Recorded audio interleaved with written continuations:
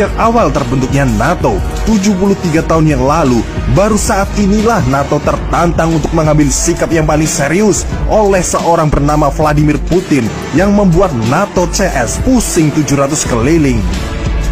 Vladimir Putin sebagai orang pertama yang berani menantang para elit global yang menata tatanan dunia ini, di mana tatanan barat sudah menjadi kebenaran dunia menurut mereka, dan mereka boleh mengacak-acak negara mana saja dengan alasan-alasan dan pembenaran-pembenaran versi mereka sendiri. NATO atau Barat yang perkasa ini kini bertemu dengan musuh alaminya, yaitu Rusia, di mana Rusia satu-satunya negara pada saat ini yang berani menantang para penguasa dunia atau kita sebut sebagai elit global. Tidak cuma sekali dua kali kedua raksasa ini berhadapan, seperti di Suriah, di mana Barat akhirnya gagal menggulingkan Bashar Assad, serta Rusia berani secara terang-terangan menuduh Barat melakukan kejahatan perang di Timur Tengah, termasuk di Palestina. Inilah mengapa Vladimir Putin wajib dihilangkan oleh Barat. Kita harus objektif di sini bahwa penyebab konflik Rusia-Ukraina berasal dari Barat sendiri yang mulai merayu-rayu Ukraina yang jelas-jelas sebagai daerah netral untuk bergabung dengan ormas NATO. Ukraina adalah pembatas yang jelas dari negeri Kremlin ini dengan rudal-rudal Atlantik Utara.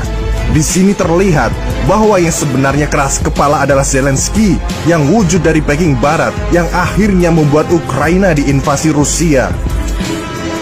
Sahabat bagi-bagi, seperti yang disampaikan oleh Vladimir Putin, apakah Amerika terima bila Rusia memarkirkan rudal-rudalnya di Meksiko atau Kanada? Dan Putin adalah satu-satunya negara atau kepala negara yang berani bicara dan kritik keras terhadap Barat, di mana yang lainnya sudah membisu atas semua tingkah arogan mereka. Ketidakmasukakalan Zelensky ini sudah menjadikan tanda tanya yang jelas apa yang diinginkan Presiden Ukraina tersebut. Yang sebenarnya Ukraina akan tetap baik-baik saja walau tanpa bergabung dengan ormas NATO. Dan sekarang apa yang akhirnya Ukraina dapatkan?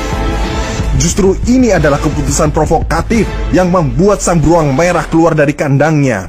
Akibat kekonyolan Presiden Ukraina bisa kita lihat dengan jelas rumah-rumah hancur dan 10 juta jiwa mengungsi. Walau ini adalah ulah invasi Rusia, tetapi Zelensky sebenarnya bisa mengambil keputusan bijak agar tidak bertumpukan dengan negara Rusia tersebut. Padahal sebelum terjadi invasi, Rusia sudah berkali-kali mengingatkan Ukraina akan mengambil tindakan yang tegas untuk keamanan negaranya bila Ukraina kekeh ingin bergabung dengan ormas NATO. Dan ormas NATO pun tidak akan menyerah.